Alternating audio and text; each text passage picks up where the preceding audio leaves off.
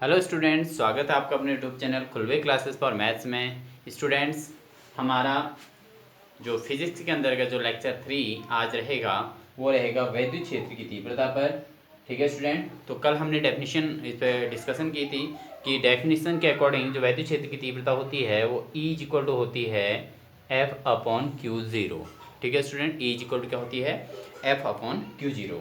तो आज देखिए स्टूडेंट, हम इसी पर वैद्युत क्षेत्र की तीव्रता के लिए दूसरा व्यंजक प्राप्त करेंगे, दूसरा फॉर्मूला फाइंड करेंगे और उसी के बेस पर हम आगे को फिर डेरिवेशन करने वाले हैं। ठीक है स्टूडेंट, तो आज हमें डिस्कशन करना है किसी बिंदु आवेश के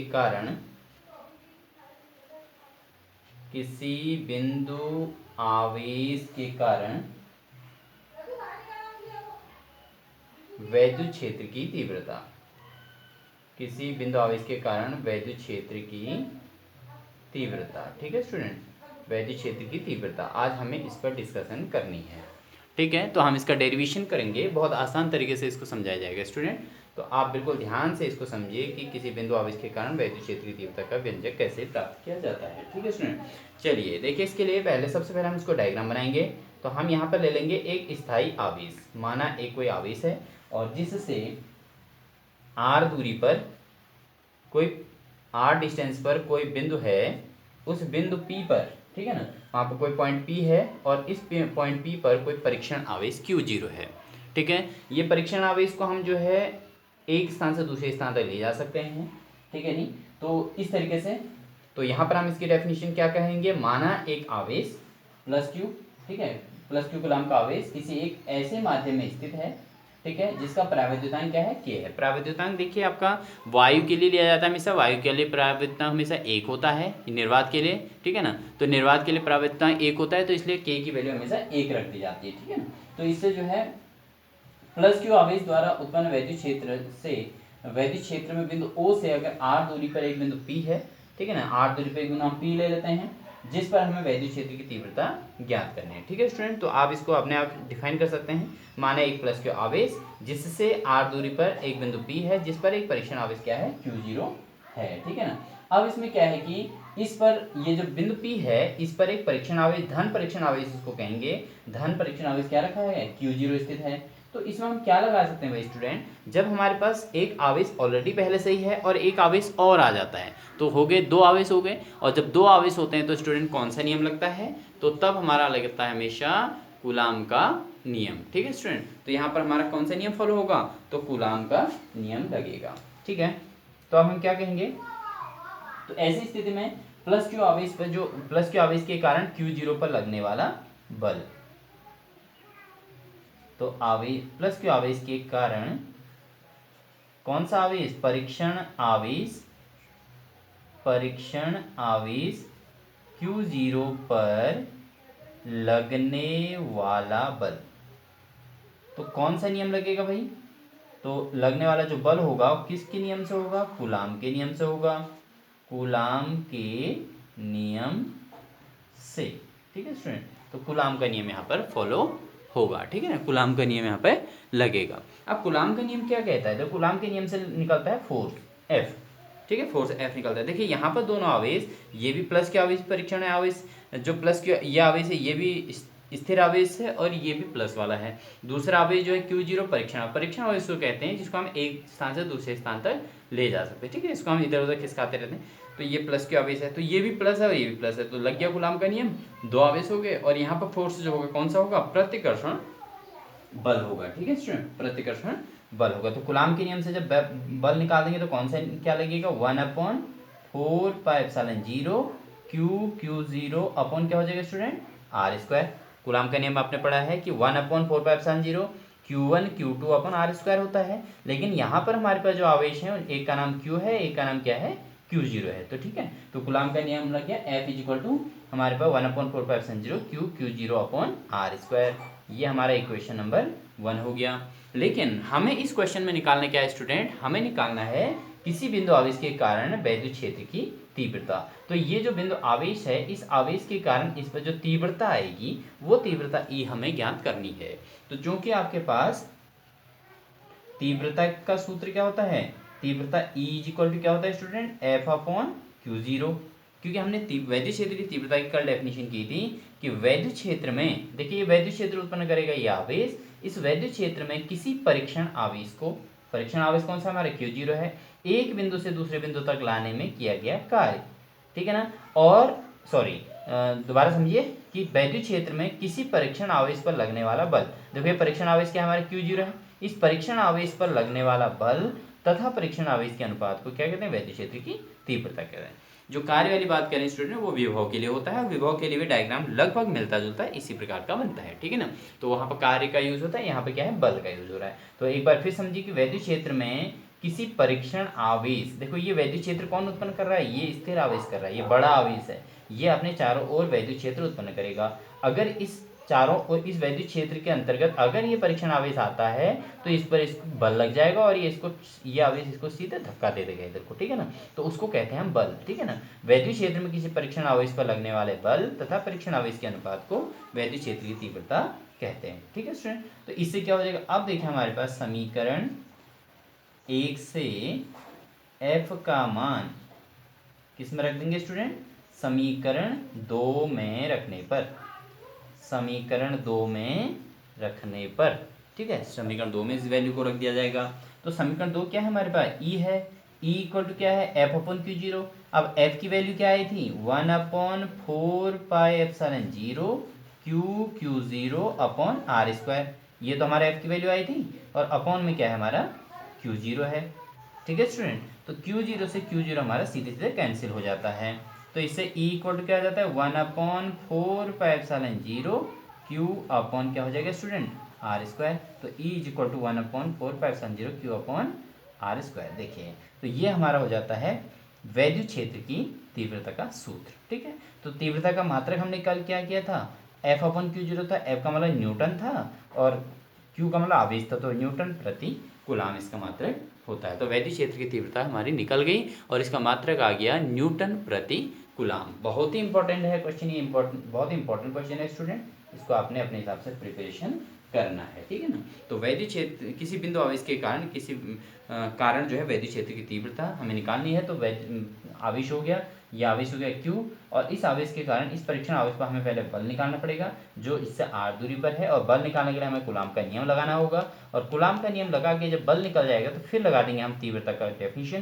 तीव्रता के डेफिनेशन के अकॉर्डिंग जो सूत्र होता है E is equal to F upon Q0 होता है, और F का मान हमारा 1/4 pi epsilon 0 Q0 upon R², और अपॉन में क्या आ जाएगा Q0। तो Q0 से Q0 कैंसिल हो जाएगा स्टूडेंट, तो हमारा आ जाता है 1/4 pi epsilon 0 Q upon R²। तो ये हमारा पहला डेरिवेशन कंप्लीट होता है स्टूडेंट, ठीक है। उम्मीद है आपको ये समझ में आ रहा होगा। चलिए इसके बाद हम आगे बढ़ते हैं, ये तो हमारा बहुत ही महत्वपूर्ण क्वेश्चन था स्टूडेंट। अब डिस्कशन करते हैं वैद्युत द्विध्रुव, क्या करेंगे, वैद्युत द्विध्रुव पर चर्चा करते हैं स्टूडेंट, ठीक है। चलिए वैद्युत द्विध्रुव, अगला हमारा हो जाएगा वैद्युत द्विध्रुव।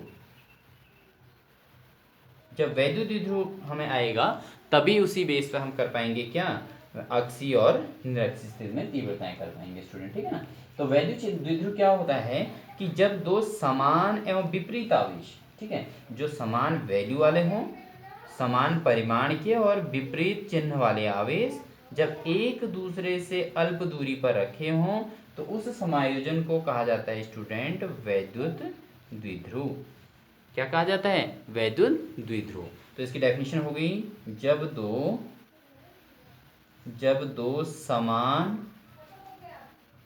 परिमाण, ठीक है ना, परिमाण इनकी वैल्यू समान है तथा विपरीत आवेश, ठीक है स्टूडेंट, एक दूसरे से क्या है, अल्प दूरी पर रखे हों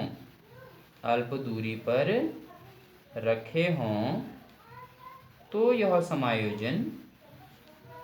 समायोजन क्या कहलाता है स्टूडेंट, तो यह समायोजन कहलाता है वैद्युत द्विध्रुव कहलाता है, ठीक है स्टूडेंट, यह समायोजन वैद्युत द्विध्रुव कहलाता है, ठीक है। तो ये है आपका वैद्युत द्विध्रुव की डेफिनेशन, ठीक है ना। ये हो गया हमारा वैद्युत द्विध्रुव हो गया। अब आप आगे चर्चा करते हैं, अगला आता है वैद्युत द्विध्रुव आघूर्ण। क्या आता है, वैद्युत द्विध्रुव आघूर्ण क्या आता है स्टूडेंट? वैद्युत द्विध्रुव आघूर्ण। वैद्युत द्विध्रुव आघूर्ण क्या होता है कि यही डेफिनेशन पे ही डिपेंड है, वो भी इसी पर टिका हुआ है वैद्युत द्विध्रुव आघूर्ण भी।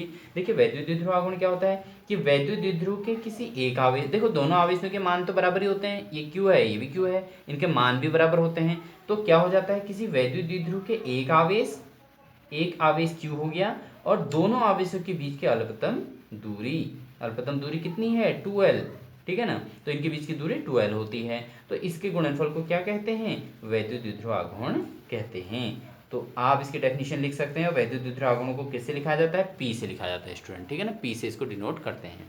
यानी कि वैद्युत द्विध्रुव आघूर्ण की डेफिनेशन हो जाएगी किसी वैद्युत द्विध्रुव के एक आवेश Q तथा दोनों आवेशों के बीच अल्पतम दूरी 2L, ठीक है ना। एक आवेश Q तथा दोनों आवेशों के बीच अल्पतम दूरी 2L के गुणनफल को क्या कहते हैं स्टूडेंट? वैद्युत द्विध्रुव आघूर्ण कहते हैं। इसे P से व्यक्त करते हैं और P इक्वल टू 2QL भी लिखते हैं। इसको मल्टीपल कर देंगे तो 2QL हो जाएगा ना स्टूडेंट, तो 2QL हो जाएगा। और इसका मात्रक जो हो जाएगा क्या हो जाएगा? लंबाई का मात्रक कहता है मीटर हो जाता है और आवेश का मात्रक कहता है कूलाम होता है। तो इसका मात्रक हो जाएगा कूलाम मीटर, ठीक है स्टूडेंट। तो ये इसका मात्रक हो जाए P इक्वल टू 2QL का मात्रक क्या हो गया? कूलाम मीटर, ठीक है स्टूडेंट। तो ये आपका वैद्युत द्विध्रुव आघूर्ण का मात्रक हो जाता है। इसको CM भी लिखते हैं, ठीक है। ये हो जाएगा, ठीक है स्टूडेंट। ये तो आपके समझ में आ गया होगा। वैद्युत, ये बेसिक कॉन्सेप्ट थे, इनको कराना जरूरी था। इसी के आधार पर तब हम डेरिवेशन को एक्सप्लेन कर पाते हैं, ठीक है स्टूडेंट। तो समझ में आ रहा होगा आपको कैसे क्या करना है करके। चलिए अब हम डिस्कशन करेंगे एक और बड़ा डेरिवेशन। अब हम डिस्कशन करने वाले हैं वैद्युत द्विध्रुव के कारण अक्षीय स्थिति में वैद्युत क्षेत्र की तीव्रता। देखो बहुत ही इंपॉर्टेंट क्वेश्चन है, ठीक है। इसको आपने बिल्कुल अच्छे से तैयार करना है। तो वैद्युत द्विध्रुव के कारण अक्षीय स्थिति में वैद्युत क्षेत्र की तीव्रता हम करने वाले हैं। चलिए स्टूडेंट स्टार्ट करते हैं। लिख देंगे इसमें वैद्युत द्विध्रुव के कारण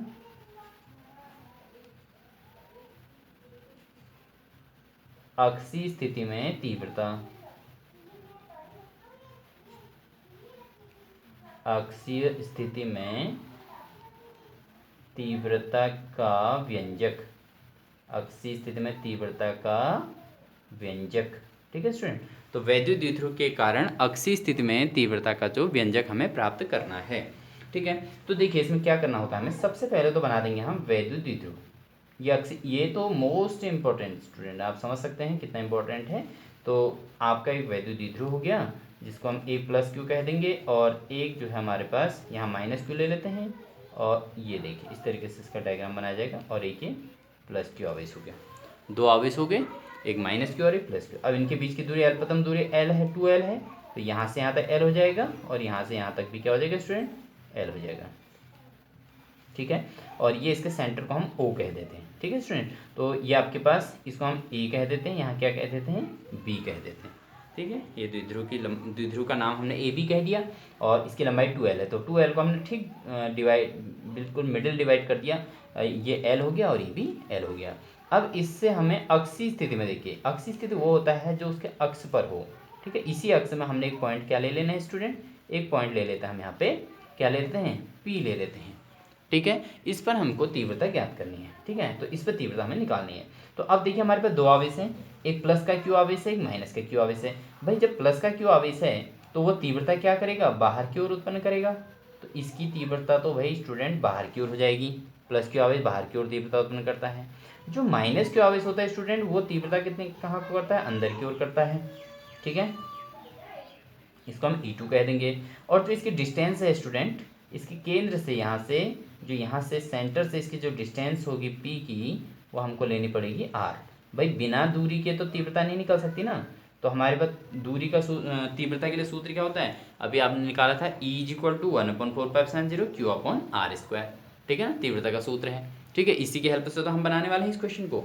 तो आपके पास केंद्र O से P की दूरी जो है वो R है स्टूडेंट, ठीक है। अब देखिए अगर हमारे पास यहाँ से यहाँ तक डिस्टेंस, देखो O से लेके यहाँ तक डिस्टेंस कितनी है? R है। टोटल डिस्टेंस r है। अब r में से अगर हम l को माइनस कर दें तो हमारे यहाँ से यहाँ तक की दूरी निकल जाएगी। तो ये डिस्टेंस हमारी कहलाएगी स्टूडेंट, क्या कहलाएगी, r माइनस एल। ये डिस्टेंस हमारी r माइनस एल कहलाएगी। समझ रहे होंगे आप, कहाँ से, इस आवेश से जो डिस्टेंस होगी वो r माइनस एल होगी, क्योंकि टोटल डिस्टेंस r है तो इसमें से इस l वाले हिस्से को हटाना पड़ेगा, तो r माइनस एल रहेगा। और जब हमें यहाँ से इधर की दूरी चाहिए, क्योंकि हमको यहाँ माइनस क्यू आवेश के कारण भी तीव्रता लेनी पड़ेगी, तो माइनस क्यू आवेश के कारण p पर जो तीव्रता निकालेंगे उसके लिए हमें क्या चाहिए, एक तो ये दूरी r टोटल o तक हो जाती है, यहाँ से o से ये p से लेकर o तक की दूरी r है, और यहाँ से इधर की दूरी क्या है, l है। तो ये डिस्टेंस टोटल बन जाएगी स्टूडेंट हमारे, क्या बन जाएगी, r प्लस एल हो जाएगी। ठीक है, ये आपको समझ में आ गया होगा। ठीक है, कैसे डायग्राम बनाना है। अब बात करते हैं आगे। ठीक है, अब देखिए यहाँ से क्या होगा। अब देखिए इसके बारे में आप तो लिख सकते हैं, अपने मन से भी लिख सकते हैं, हम लिख देंगे, मैं समझा देता हूँ कैसे लिखना है। माना एक वैद्युत द्विध्रुव AB, ठीक है, वैद्युत द्विध्रुव का नाम क्या है, AB, जिसकी लंबाई क्या है, 12 है, जिसके प्लस क्यू आवेश, जिससे लिख लेंगे सीधे सीधे, जिससे r दूरी पर एक बिंदु क्या है, P है। इस बिंदु P पर हमें तीव्रता ज्ञात करनी है। तब प्लस क्यू आवेश से बिंदु P की दूरी क्या हो जाएगी, r माइनस एल, और माइनस क्यू आवेश से बिंदु P की दूरी क्या हो जाएगी, r प्लस एल होगी। ठीक है ना स्टूडेंट। देखिए अब उसके बाद आगे बढ़ते हैं। ये प्लस क्यू आवेश तीव्रता उत्पन्न करेगा P पर, और ये माइनस क्यू आवेश भी बिंदु P पर तीव्रता उत्पन्न करेगा। जो प्लस क्यू आवेश होता है वो तीव्रता हमेशा बाहर की ओर उत्पन्न करता है, और माइनस क्यू आवेश हमेशा तीव्रता जो है अंदर की ओर करता है। ये आपने वैद्युत क्षेत्र के डेफिनेशन के अकॉर्डिंग उसमें पढ़ा था, लेक्चर 2 में पढ़ा था हमारे।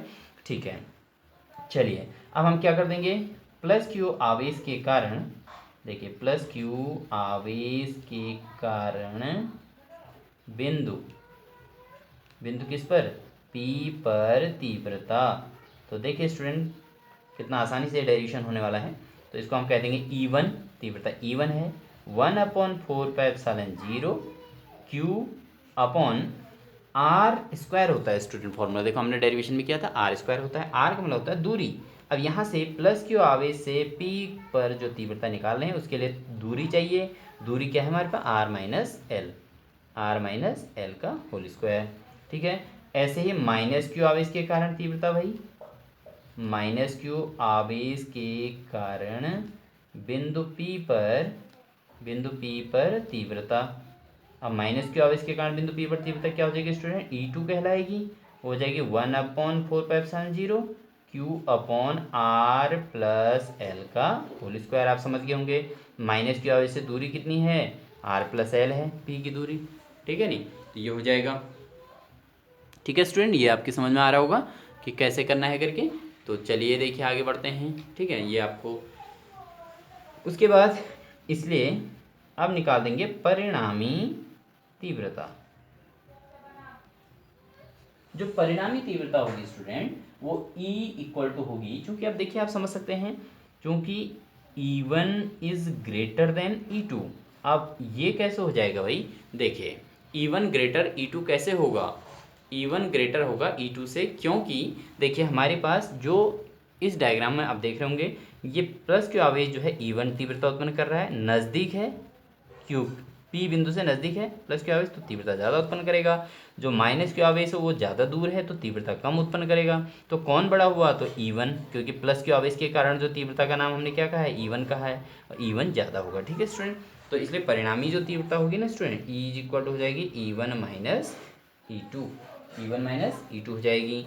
E1 की वैल्यू 1/4πε0 Q अपॉन आया था हमारे, क्या आया था, R माइनस एल का होल स्क्वायर, माइनस E2 की वैल्यू क्या आई थी, 1/4πε0 Q upon R plus L का होल स्क्वायर। ठीक है, तो ये हो जाएगा। उसके बाद आगे समझिए, उसके बाद देखिए अब हमारे पास क्या हो जाएगा, 1/4πε0 कॉमन आ जाएगा स्टूडेंट, 1/4πε0 कॉमन आ जाएगा, Q भी कॉमन आ सकता है। ठीक है, Q भी दिख रहा है दोनों में, 1/4πε। अब हमारे पास यहाँ पे क्या बचेगा, 1/R माइनस एल का होल स्क्वायर बचेगा यहाँ वाला, और यहाँ क्या बचेगा, 1/R प्लस एल का होल स्क्वायर, यही तो बचेगा। ठीक है, नहीं यही बचेगा। अब देखिए इसके बाद क्या होने वाला है, Q अपॉन 4πε0, इन दोनों को हम क्रॉस मल्टीप्लिकेशन करना पड़ेगा। तो आर प्लस एल का होल स्क्वायर से 1 को इंटू करेंगे तो आर प्लस एल का whole square minus R minus L के होल स्क्वायर से 1 को इंटू करें तो आर माइनस एल का होल स्क्वायर अपॉन में आ जाएगा। देखिए स्टूडेंट यहाँ पर थोड़ा समझने वाला है कि आपका ए माइनस बी ए प्लस बी होता है ए स्क्वायर माइनस बी स्क्वायर, और दोनों के बाहर से आप देख रहे होंगे होल स्क्वायर है, इसलिए होल स्क्वायर भी लगा देना है। ठीक है, ये हो जाएगा। अब आपके पास क्या आ जाएगा, क्यू अपॉन 4πε0, यहाँ पर ए प्लस बी का होल स्क्वायर हो जाएगा तो R square plus L square plus 2RL। ठीक है नी, ये हो जाएगा। फिर माइनस ऐसे इसको भी कर देंगे, R square plus L square minus 2RL।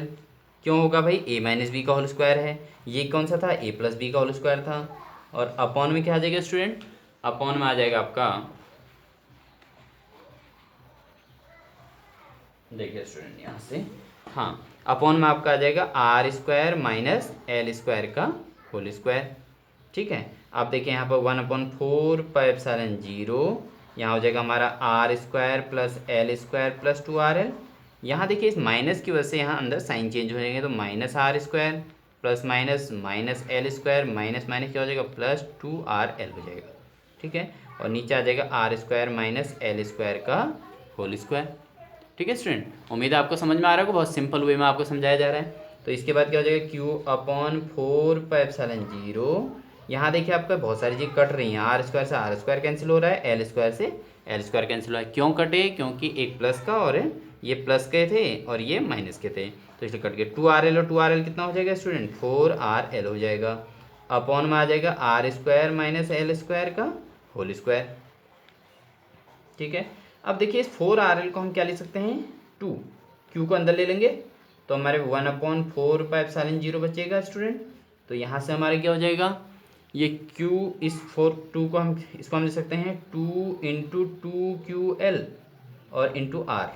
देखिए ये हो गया, 4 को क्या लिख दिया, 2 × 2 लिख दिया, q भी आ गया और l भी आ गया और r भी आ गया। अपॉन में क्या है हमारा, R square minus L square का होल स्क्वायर। अब आपको पता है 2QL क्या हो जाता है स्टूडेंट, ये हो जाता है वैद्युत द्विध्रुव गुण P कहलाता है। तो हम इसको क्या लिख सकते हैं, 1/4πε0 है ना, 1/4πε0, यहाँ पे क्या लिख सकते हैं हम, ये 2QL मिलके क्या बन जाएगा स्टूडेंट, P बन गया। अब हमारा 2PR है ना, 2 तो बचेगा, P और R बचेगा, upon R square minus L square का होल स्क्वायर। ठीक है, अब यहाँ पे लिखा जाता है कि चूँकि R जो L है, L जो है डिस्टेंस है, बहुत छोटी डिस्टेंस होती है, L is much less than R। L जो होता है बहुत ही छोटा होता है, किसके कंपेयर में, R के कंपेयर में। L किसको कहा जाता है स्टूडेंट, द्विध्रुव की लंबाई को। अब द्विध्रुव है, एक प्लस क्यू आवेश माइनस क्यू आवेश तो आपस में चिपके हुए रहते हैं ना हमेशा, तो लगभग चिपके होते हैं, तो उनके बीच की डिस्टेंस बहुत ही नगण्य होती है, बहुत ही कम होती है। तो इसलिए हम L डिस्टेंस जो है उसको बहुत ही कम मानते हैं स्टूडेंट। ठीक है ना, तो उसको बहुत कम मानते हैं, तो इसके लिए इसलिए L इक्वल टू क्या ले लेंगे, 0 लेने पर। तो अगर हम L इक्वल टू 0 ले लेते हैं तो हमारा E इक्वल टू कितना आ जाएगा, 1/4πε0। ठीक है, 1/4πε0 2PR अपॉन, ये देखो L 0 हो जाएगा तो R स्क्वायर माइनस 0 हो जाएगा, तो R स्क्वायर का भी होल स्क्वायर तो कितना आ जाएगा, R की पावर 4 आ जाएगा स्टूडेंट। अब ये R देखो, अंश में भी एक R है और हर में भी एक R है, हर में R की घात 4 है, तो यहाँ से ये कट जाएगा।